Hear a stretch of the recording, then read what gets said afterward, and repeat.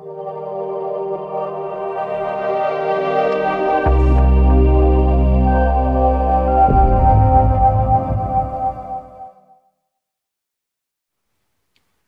everyone, I'm here with another Comic Clerks video, and I'm here to talk to you about Supernatural, Out of the Darkness, Into the Fire, their season premiere. And this video will contain spoilers, so I'm just letting you know beforehand. As you know from last season, the darkness has been released. So we see Dean was swallowed up to it, and it looks like the darkness is a woman. This is when Sam wakes up in the car, and while a horn is blaring, he finally remembers what happened before he was knocked out. Seemed like Dean pretty much disappeared from the car, and Sam goes to search for him. And he finds Dean laying in the field. Dean wakes up wondering where the car is, because that's the first thing to worry about. Of course, you know what? If I had his car, that'd be the first thing I worry about too. I'm not even gonna lie about that. So Sam asks him, does he remember what happened? And Dean says that he was saved by the darkness. And Sam wonders how she saved him, because he reminds him that everything went black. And Sam says all he remembers is Dean disappearing from the car. So they pretty much really don't have any answers about the darkness, and they are pretty much just at square one with the darkness. They have no idea what it is or what to do with it. Just know that they gotta put it back where it belongs. So this is when Dean, he walks to his car and is about to sit in it when he notices that it's stuck. I laughed so hard at this point is because, he asked Sam, was he just going to let him just sit in the car and try to start it? And Sam says he was on a roll, so, he didn't want to interrupt him. Alright, we get to Castiel, and he's hiding on a farm where he keeps replaying how he took out Crowley, and it looks like the spell that was cast on him is still in effect. So outside, there are 3 guys with guns, and it looks like Castiel took out their dog. So the kid finds him, and Cass tells him to run. The boy stands there with his gun pointed at Cass, and, Cass tells him to get away from him, so he grabs the gun, tosses the boy outside, with the gun, going off. This is when the other 2 hear, and they start running after Cass, shooting at him. So with Sam and Dean, they hit a roadblock. They get out to investigate, and we see that there are dead bodies everywhere. And they're wondering what happened, and this is when a guy walks out with veins popping out all around his neck, and he looks infected. This is when an officer shoots the guy in the back and tells Dean and Sam, to put their guns down, and she wants to see some skin. Dean asks her, what is this, a Magic Mike moment? And she yells at him she wants to see their throats to see if they don't have any of those veins, to prove they're not infected, and to find out, if they're good, if they're not one of the people that have been killing everybody. So they prove that they're not infected and all that, and so they find out, this officer is injured. So they decide to, take her to the hospital so Dean can stitch her up. So Sam tells them that it's got to be the darkness that did this, and Dean wants to deal with fixing up, the deputy before they even get into any of that. So, Sam and them decide to split up, he comes across another infected person who is distracted by a baby crying in a room. And this is when it cuts back to Dean, and him and the officer are talking about what she had done, and Dean is trying to reassure her that she did the right thing. This is when Dean remembers, him talking to the darkness, and she is at peace. And Dean tells her that he's not there to bring her peace.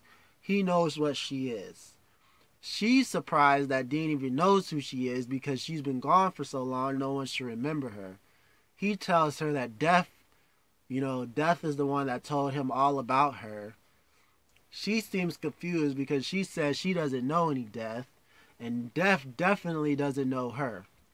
So Dean asks her why shouldn't he try to kill her right now, and she asks, is she saying that or is that what Dean is saying?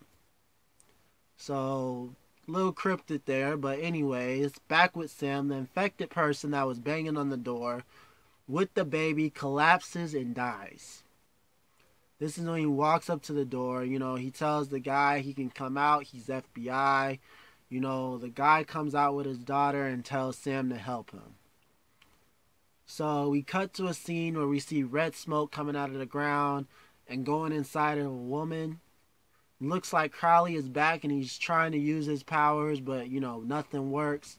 So he picks up a tire iron and heads into the woman's house, where he is greeted by her husband, and he explained to Crowley how he thought a lot about what his wife had said about getting a party started with their best friends. He had finally accepted it and said that he came to a conclusion that you only live once. He says YOLO. I am surprised Crowley didn't kill him right there because I wanted to. I wanted to rip his tongue out for saying that. And I'm just like, why would you say that? Crowley, deal with this. Alright, so we get back to the hospital, and this guy, the guy from the hospital explaining his baby's birth and that the mother died in childbirth. And we find out his name is Mike, and he was there when the hospital was attacked. He pretty much took his baby and hid away in the hospital. And Sam notices that Mike is infected, and they come to the conclusion that the infection is transmitted through blood. So we find Cass again, and he's hiding from the cops, and he's praying for his brothers and sister to help him. He asks them to save him from doing worse because of the effects of the spell on him. We get back to Sam and Dean, real quick, and they're talking about Mike and discussing what they should do. Mike comes in and says he doesn't want them to save him. He just wants them to save his daughter. So he gives his daughter to the deputy, Jenna, and leaves to hide out. Dean tells them it's time to gear up, and Sam's let him know that it might be a little tricky because a bunch of infected people drive up and head into the hospital. So it looks like these infected people still have some kind of thought process because they can drive. They're not Walking Dead zombies. They're just infected with something. So Dean wants them to take them all out and save the baby. And him and Sam are arguing about how to deal with this when Cass calls Dean. Dean wants to know where he is, and Cass won't tell him. He tells Dean to tell Sam that Rowena got away with the Book of the Damned and the Codex. So Dean tells Cass to tell them about the darkness and that they released it. And Cass is surprised that the darkness is a woman. That's what he's surprised about. This is when Cass has to go, and it looks like his brothers has come to get him, pretty much. We get back to Crowley, and he has killed everyone. Good. For saying YOLO, I wanted just that guy to die, but, I'm okay with everyone else, because they shouldn't be saying those things. And he's being picked up by some demons, Crowley is wondering why he is so hot, and the demon suggests that it's menopause. He's going through menopause. That's why the body is so hot. And the other demon is wondering why Crowley took so long to contact them. And Crowley walks up to him and says he apologizes for nothing. Alright, so Dean and Sam, they're still arguing about their plan of action. Dean wants to save the baby, but Sam wants to find out. He wants to find a cure for the infected people. And Sam thinks they have to change their whole mindset.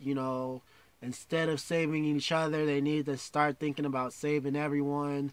Because I guess throughout all the seasons, usually if one brother saves the other brother, they seem to release hell on Earth. So I guess they really should think about this in the 11th season. Alright, so they decide to split up again. Dean taking the baby and Jenna, and Sam distracting the infected people while they get away. So Sam gets the infected people's attention, and the others slip by. This is when Sam is cornered and decides to lock himself in a room. And I guess he doesn't, notice that there's one of them already in there. And he fights her off and he kills her, but is splattered with her blood. So the infected people finally break in, grab him, and they see that he's already infected and leave. So we see Dean and Jenna run into Mike, and he's really, really infected now. And he tells them his baby's name is Amara. And this is when he gets out of their way and he collapses and dies. Sad moment, at least he got to see his daughter born, but that was an upsetting moment. That was sad to see that happen. But anyways, we get back to Crowley as he goes back into his own body, and he is happy that he is back. So his subjects are telling him that the darkness has been released, and Crowley says that's just a myth, and even if it is true, the darkness and King of Hell are natural allies, so he has nothing to worry about. But it seems like Hell is freaking out about this. So they're all wondering and turning to him to see what they should all do. So back with Cass, it looks like his brother telling him that they moved the gates to heaven. And Cass finally puts together that his brothers are not taken into heaven, as they chain him up and throw a bag over his head. So poor Cass, he just can't catch a break at all. This is when we get to Dean, and he seems to, be stopping at a stop where pretty much in the next town, which it seems like no one's affected or anything like that. So it seems it hasn't spread to this next town. And Dean calls Sam, and Sam is still in the hospital, and he asks him if he's okay. Sam tells him everything is good, and Dean is finally happy that they got a win, and tells Sam he's taking Jenna to her grandmother's. This is when he has another flash about the darkness and wonders why she hasn't hurt him. She shows him a mark and tells him that they are bound together, and that the reason he can never hurt her is that they will always be bound together. So this means that they will always help each other no matter what. So after this scene is cut, we are back at the hospital as Sam is checking himself in the mirror, and we see that he has marks going all over his chest. So it looks like, Sam is infected, and you better hurry up and find that cure. So we get back to the stop, with Jenna and Amara, and she's changing the baby's diaper. And she notices that Amara has a birthmark on her, same one as the darkness. Real coincidence that Dean would be the one to save the darkness. So it looks like they all will be helping each other all the time. So, that was the end of this episode, you guys. I enjoyed it. I hope you guys, if you saw it, you enjoyed it. If you liked the video, leave a comment in the comment section. If you want to hear me, give a review or a rant about anything else, let me know. I always love suggestions, so just let me know, you guys. Alright, I think I'm done with some of my catching up to do for this weekend. I might... there's so much, to watch. I probably have, probably might have missed something. So, anyways, hope you guys have a great weekend, and see you guys.